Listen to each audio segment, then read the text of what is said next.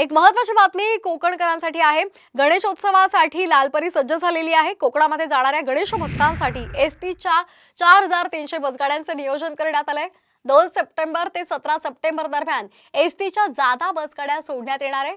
मुंबई, ठाणे, पालघर विभागाकडून या बसगाड्या सोडल्या जाणार आहेत। दरम्यान व्यक्तिगत आरक्षणाबरोबरच गट आरक्षणाची सुद्धा सुविधा प्रवाशांसाठी उपलब्ध करून देण्यात आली आहे।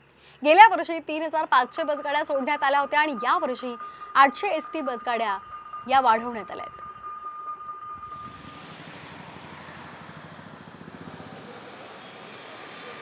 गणेशोत्सवासाठी कोकणामध्ये मोठ्या प्रमाणात सागरमनी जात असतात, त्यामुळे आता एसटीने त्यांसाठी विशेष गाड्या सोडलेल्या आहेत। एसटीच्या 4300 बसगाड्यांचं नियोजन करण्यात आलंय। 2 सप्टेंबर ते 17 सप्टेंबर या कालावधीमध्ये या विशेष जादा गाड्या सोडल्या जाणार आहेत। मुंबई, ठाणे आणि पालघर या विभागांमधून या बसगाड्या सुटणार आहेत।